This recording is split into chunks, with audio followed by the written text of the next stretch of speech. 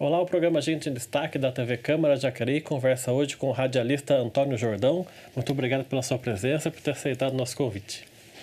Eu que agradeço, Rodrigo, de estar aqui. Até um desejo já que eu tinha há muito tempo, né? Estava vendo o pessoal de destaque, né? A gente faz parte um pouco da história de Jacareí, né? Seu irmão veio aqui, né? Então, é isso aí, então. Como a gente sabe, e mais pela história mesmo de Jacareí, não pelo destaque, né? Porque trabalhar em rádio é trabalhar como outro lugar, né? Só que rádio dá um pouco mais de destaque, né? Esse trabalho aparece mais, né? Fica mais... Mas eu que agradeço aí o convite. Vamos falar um pouquinho, começando a falar da sua infância. Você é nascido em Jacareí? Nasci em Jacareí no dia 2 de janeiro de 61. E seus pais são de Jacareí também?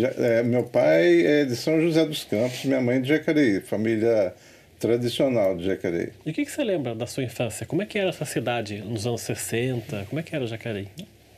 Bom, eu nasci em 61, eu fui mais tomar conhecimento, assim, né, ter noção das coisas, mais com uns 8 anos, os anos 70, eu lembro da primeira Copa do Mundo, assim, que o Brasil foi tricampeão, tal, mas assim, era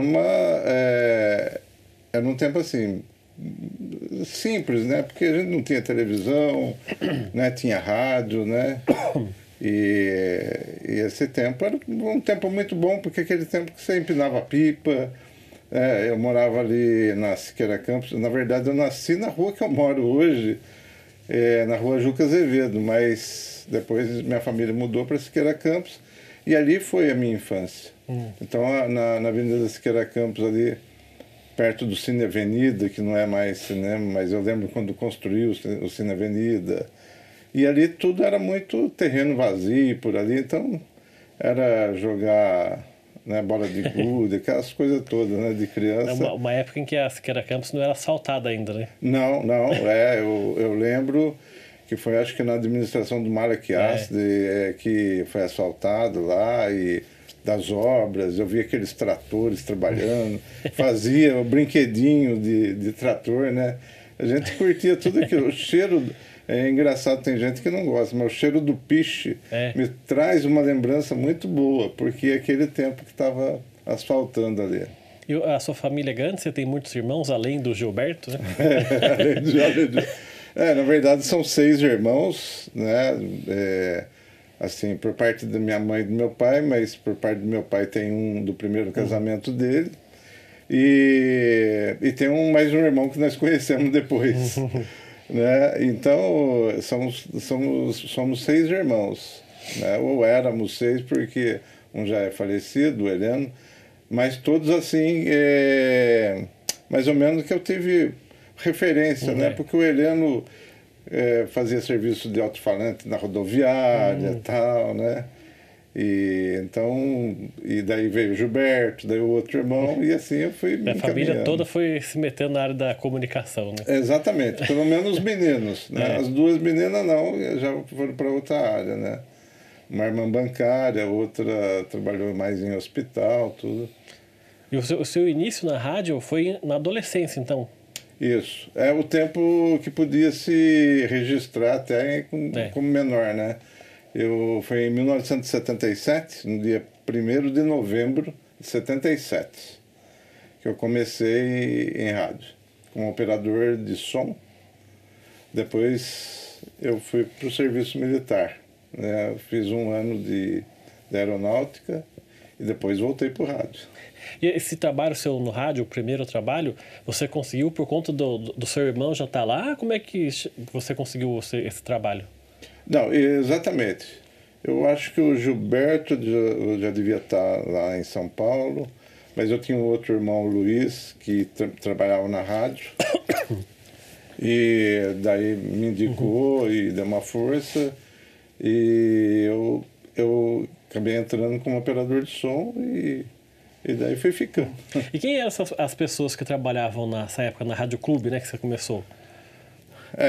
Naquele tempo tinha bastante gente, dava para contratar. bastante gente. Mas assim, é difícil você falar o nome, você pode esquecer de alguém. Ali os Mas principais ali. na época o diretor artístico era o Laércio Jorge, faleceu recentemente, um cara humano, maravilhoso, que me ensinou muita coisa, me deu a oportunidade até, né, de ir para o microfone, né, essas coisas todas. Então tinha o seu Ivan Mimes, que era o gerente da rádio, tinha o Luiz, o meu irmão, tinha o Jairo Antunes, tinha o Dori, que hoje é secretário de esportes, nossa, tinha... e aí o Chagas e Silva, né? Bispo, né? O Bispo, né? O Chaguinhas, assim, eu estou aqui tentando lembrar, mas tem muita gente ali, porque vai trocando também, né? E o seu trabalho lá, você entrou como operador de áudio, né? Isso. Na época, a denominação era operador de som. De som. Eu imagino que os equipamentos naquela época, né, se comparado com hoje, tecnologia, como é que era? Era tudo muito manual, né? Muito, muito manual. Eu ainda cheguei a pegar o acetato. É mesmo? Porque os comerciais eram acetato, algumas aberturas, não tinha fita, né?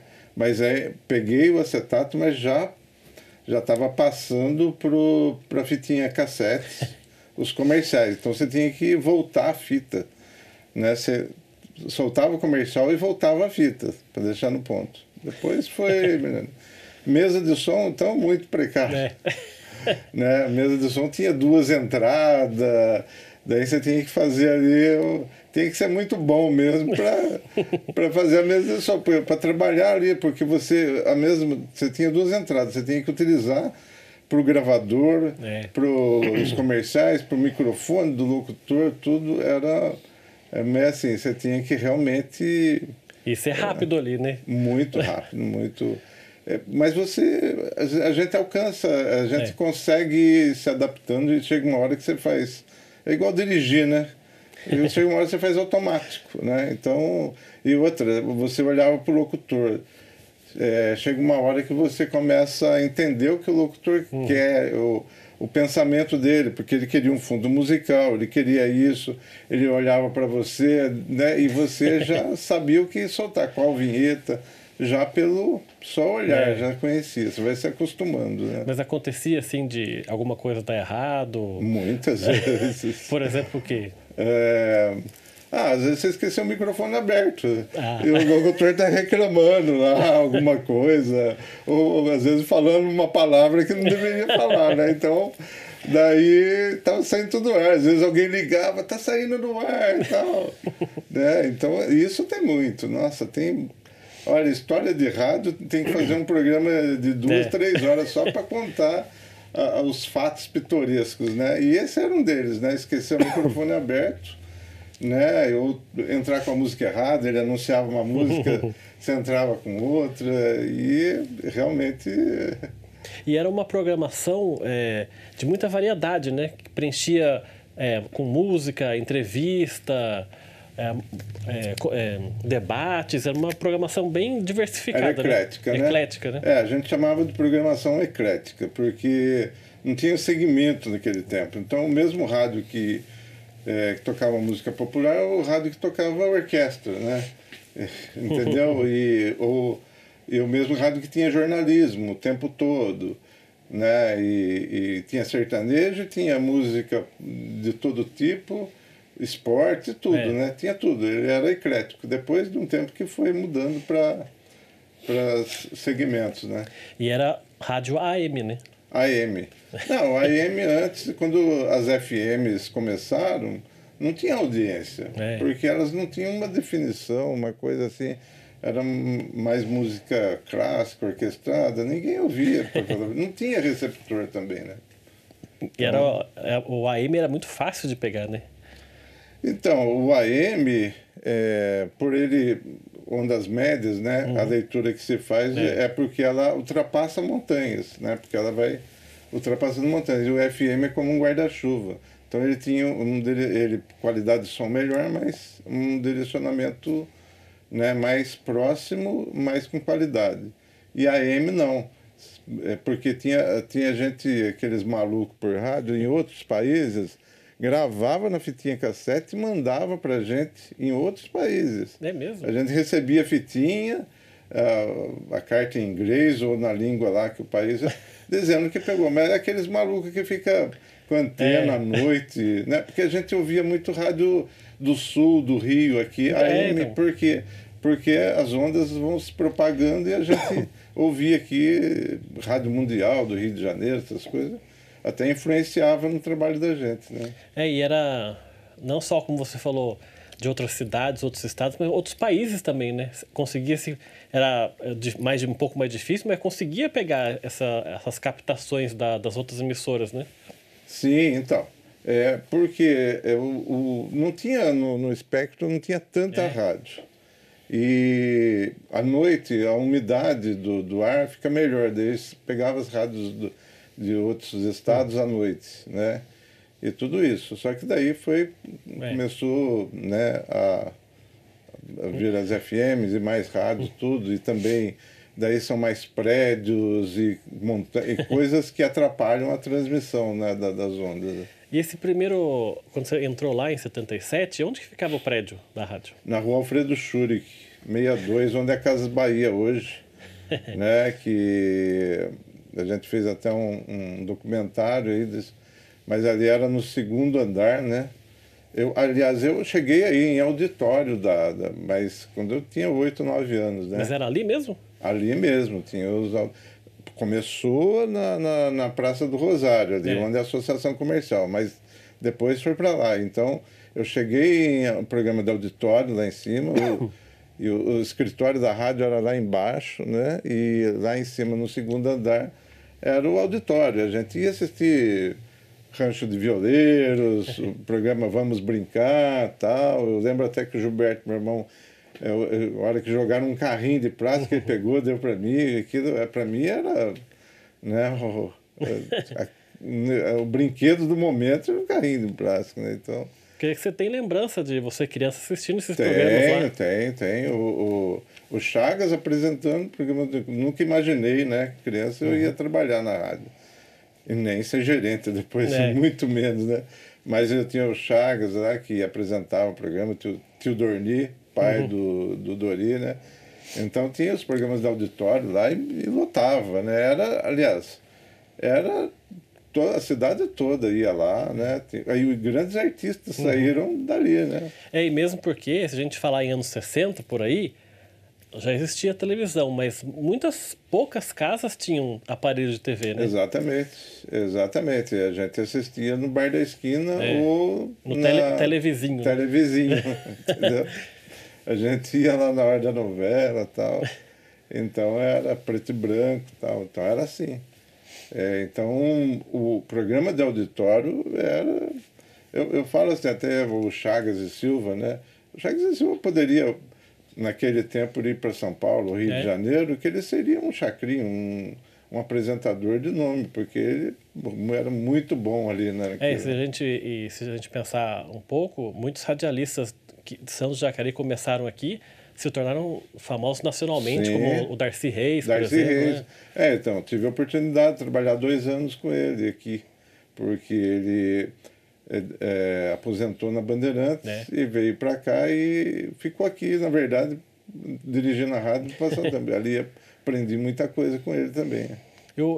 Antes da gente encerrar o bloco, eu queria que você falasse um pouco desse fascínio pela rádio. Você falou que guarda lembranças dos programas de auditório, né, na rádio. Na sua opinião, o que até hoje faz as pessoas ouvirem rádio? Hoje no carro, celular, né? Mas o que o rádio tem de fascinante?